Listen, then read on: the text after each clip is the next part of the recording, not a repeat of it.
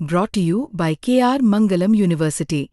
We provide you the platform to turn your dreams into reality. Give wings to your aspirations with KR Mangalam University. Maharashtra के दलित परिवार के B R Gavai पहले high court के जज बने, फिर सुप्रीम कोर्ट के जज बने और फिर सुप्रीम कोर्ट के चीफ जस्टिस बने। किसी भी राज्य के लिए बड़े गौरव की बात होती है कि उसके यहां से कोई किसी बड़े मुकाम पर पहुंचा हो। दलित परिवार के बीआर गवई का चीफ जस्टिस बनना तो और भी बड़ी बात थी। महाराष्ट्र में बीजेपी सरकार ने गवई के चीफ जस्टिस बनने पर कोई ढोल तो नहीं पीटा, बल्कि कुछ ऐसा कर दिया जिससे बीजेपी को लेने के देने पड़ गए। 14 मई को चीफ जस्टिस की शपथ लेने के बाद बीआर गवई ने 18 मई को पहला दौरा अपने होम स्टेट महाराष्ट्र में किया। उन्होंने सोचा नहीं होगा कि मुंबई में इतना फीका स्वागत अपने राज्य वाले करेंगे। प्रोटोकॉल के मुताबिक गुलदस्ता लेकर रिसीव करने ना तो चीफ सेक्रेटरी सुजाता सोनेक आई, ना डीजीपी रश्मि शुक्ला को फुर्सत मिली।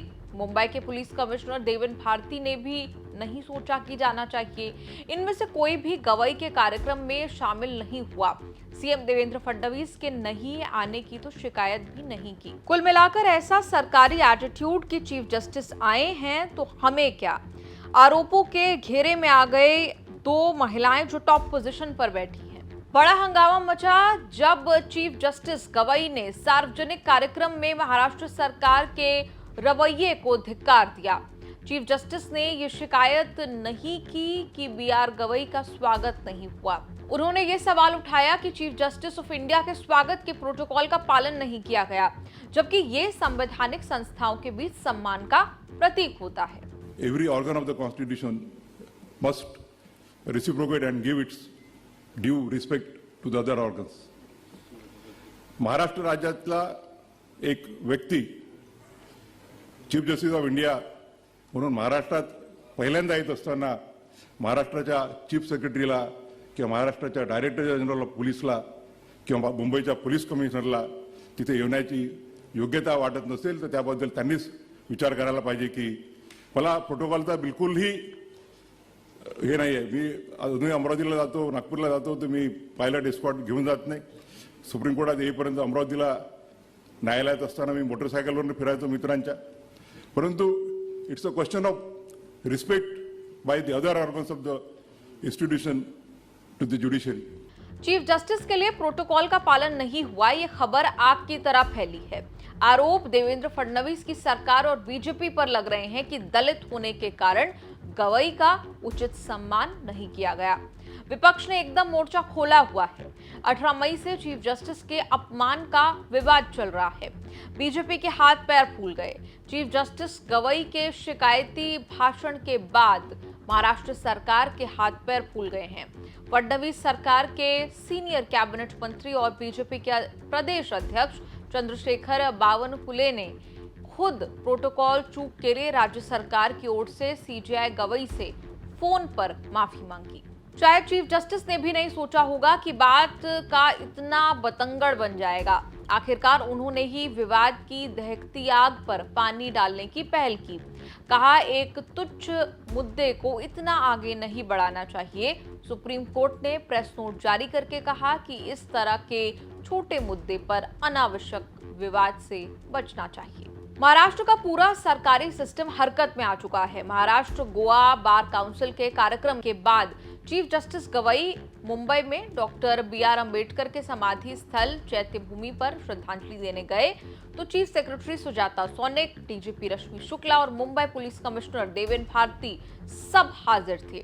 तीनों ने ड्यूटी लगाई, लेकिन तब तक देर हो चुकी थी। सीजेआई नाराजगी जता चुके थे, हल्ला मच चुका था। घुट्टे पर आकर सरकार ने खेद जता दिया तो चीफ जस्टिस ने भी मामला खत्म कर दिया, लेकिन महाराष्ट्र सरकार को प्रायश्चित तो करना ही था। अब जाकर महाराष्ट्र सरकार होश में आई। ऐलान हुआ कि चीफ जस्टिस बीआर गवई को महाराष्ट्र सरकार वो परमानेंट गेस्ट होंगे। प्रोटोकॉल नए सिरे से डिफाइन किए हैं। क्या माफी मांगी आपने और कौन किया कल? हमारे देश के सब न्यायाधीश महाराष्ट्र भूषण, अमरावती भूषण, नागपुर के भूषण है हमारे लिए सबके लिए एक आनंद का दिन है कि हमारे देश के सरन्यायाधीश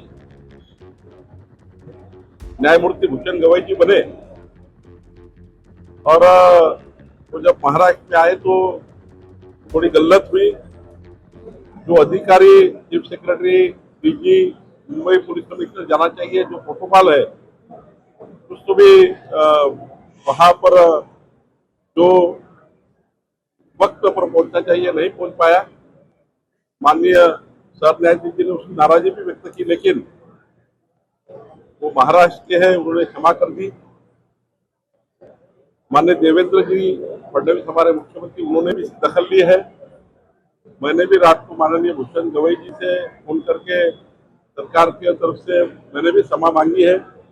निश्चित रूप से भूषण जी गवई हमारे अमरावती से आते हैं, नागपुर जाते हैं, उनका बड़ा दिल है, निश्चित रूप से वो माफ कर देंगे। महाराष्ट्र में परमानेंट गेस्ट का नियम 2004 में बना था। जिस व्यक्ति का नाम परमानेंट गेस्ट लिस्ट में शामिल होगा उसकी जिम्मेदारी सरकार के प्रोटोकॉल डिपार्टमेंट की होती है। एयरपोर्ट पर स्वागत से लेकर विदाई तक व्यवस्थाएं की जाती है। जिला लेवल पर कलेक्टर को प्रोटोकॉल ऑफिसर अपॉइंट करते हैं। ऐसे गेस्ट के स्वागत सत्कार के लिए रहने की व्यवस्था, गाड़ी की सुविधा, सिक्योरिटी की व्यवस्था सब कुछ शामिल होता है। चीफ जस्टिस मुंबई में आएंगे तो चीफ सेक्रेटरी या उनकी ओर से कोई सीनियर अफसर, डीजीपी या उनकी ओर से कोई सीनियर अफसर स्वागत करेंगे। किसी जिले में आएंगे तो कलेक्टर और एसपी को सीजे का स्वागत करना होगा। बीआर गवई महाराष्ट्र के अमरावती में जन्मे, वहीं से चीफ जस्टिस ऑफ इंडिया के मुकाम तक पहुंचे। गवई परिवार अमरावती का दलित परिवार है। उनके पिता आरएस गवई राजनीति में थे और दलित उत्थान की ही राजनीति करते रहे। गवई देश के दूसरे चीफ जस्टिस बने जो दलित परिवार के हैं। जज रहते हुए गवई ने जाति के आधार पर तो कभी किसी केस की सुनवाई नहीं की, लेकिन दलित उनका फोकस एरिया है। चीफ जस्टिस बनने के बाद भी वो सबसे पहले संविधान निर्माता डॉक्टर अंबेडकर के चरणों में पहुंचे, जिन्होंने ऐसा संविधान बनाया जिससे एक दलित का बेटा भी देश का चीफ जस्टिस बन पाया। कोर्ट कचहरी के इस एपिसोड पर आपका क्या कुछ कहना है, कमेंट्स में लिखकर अपनी राय जरूर दें।